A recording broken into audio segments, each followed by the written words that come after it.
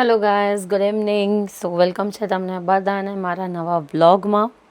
અને as always promises હું કરું છું ડેલી વ્લોગ મૂકવાના, બટ ઓલવેઝ ભૂલાઈ જાય છે.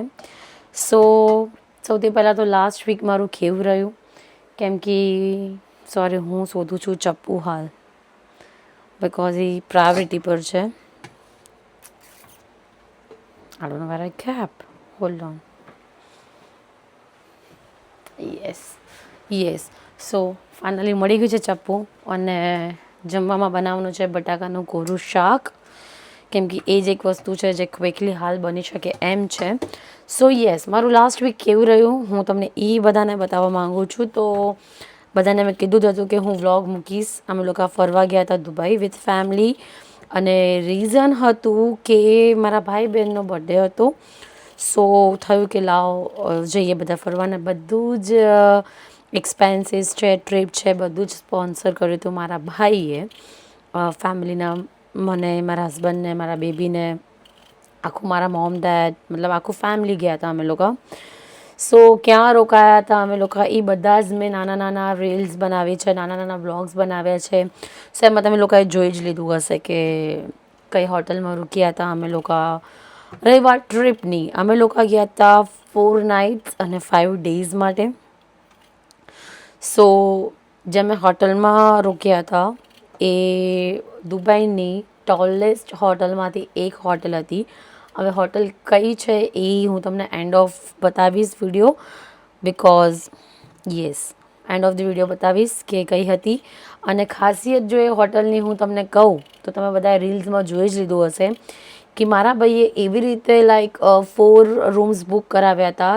બધા એકસાથે એક ફ્લોર ઉપર અમે લોકો નહોતા સ્ટે કર્યું, બિકોઝ જો એકસાથે એક ફ્લોર ઉપર સ્ટે કરતા તો જે અમને વ્યૂ જોવું હતું એ ના મળત. સો એણે એવી રીતે વ્યૂ માટે બુક કરી હતી હોટલ 4 રૂમ્સ, કે તમારી મોર્નિંગમાં જો વિન્ડો ઓપન કરો તો તમને એક સાઈડ આખું અધર પાર્ટ ઓફ દુબઈ દેખાય અને સેકન્ડ સાઈડ તમને બુર્જ ખલીફા દેખાય.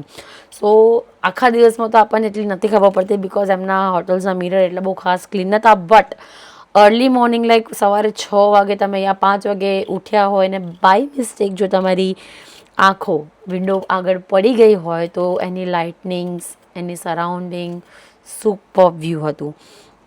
સો બહુ સુપર વ્યૂ હતું. ત્યાંનું બ્રેકફાસ્ટ પણ બહુ સુપર હતું. હવે અમે પહોંચી ગયા હતા મે બી 6 જૂનના સાંજે. યસ, સાંજે પહોંચી ગયા હતા અમે લોકો 8:45-9ની આસપાસ.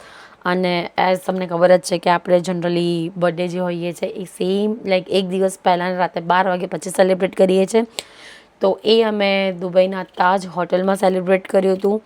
બધાની ક્લિપ્સ મેં લીધી છે, તો હું પહેલાં ઇન્ટ્રોડક્ટરી વિડીયો આપી દઉં અને પછી ગ્રેજ્યુઅલી એના દુબઈ પાર્ટમાં હું તમને બતાવીશ કે અમારું સ્ટે કઈ હોટલમાં હતું, કેવું વ્યૂ હતું. તાજ હોટલમાં મેં કેક કટ કરી હતી, ત્યાંનો એક્સપિરિયન્સ કેવો હતો. અને ત્યાંની ફ્રેન્ચ ફ્રાઈઝ, ઓફ, એટલી બધી જગ્યાની મેં ફ્રેન્ચ ફ્રાઈઝ ખાધી છે, પણ દુબઈની તાજ હોટલની french fries, oh my god, it's યમી.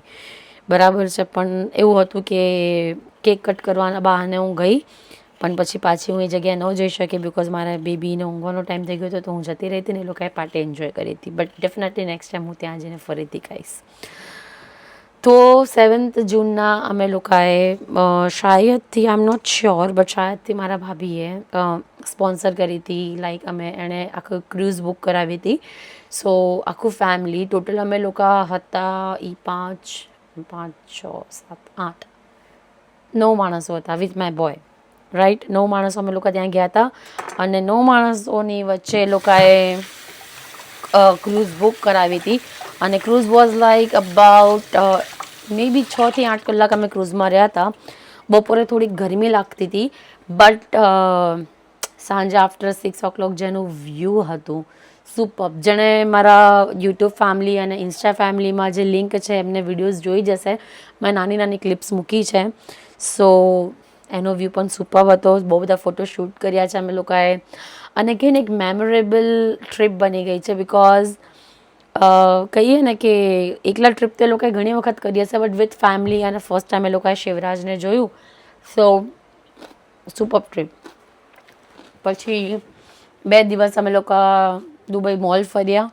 અને દુબઈ મોલ એટલું મોટું છે કે વાત જવા દો. ત્યાંથી અમે લોકોએ બહુ એટલી ખાસ શોપિંગ નથી કરી. But hello, we are making a vlog. I M making a vlog. So Dubai mall 2 દિવસ અમે દુબઈ મોલ જ ફર્યા છે. દુબઈ મોલની વાત કરો તો બહુ મોટું મોલ છે. ત્યાં અમે લોકો એક્વેરિયમ જોયું છે. સુપર એક્સપિરિયન્સ છે. બીટ કોસ્ટલી છે but it's okay. Like explorer માટે વિઝિટ ચાલે એવું છે. કોસ્મેટિકની શોપિંગ કરી છે. મસ્ત શિવરાજ માટે પ્રાઇમ લીધું છે. અને એનું પણ હું તમને આપીશ. જો કે મેં ઇન્સ્ટાગ્રામમાં મૂકી જ દીધું છે. સો શું શોપિંગ કરી છે એની પણ મેં ક્લિપ બનાવી છે. પછી એઝ ઓલવેઝ બધાને ખબર જ છે કે Dubai is famous for the perfumes and ઇતર.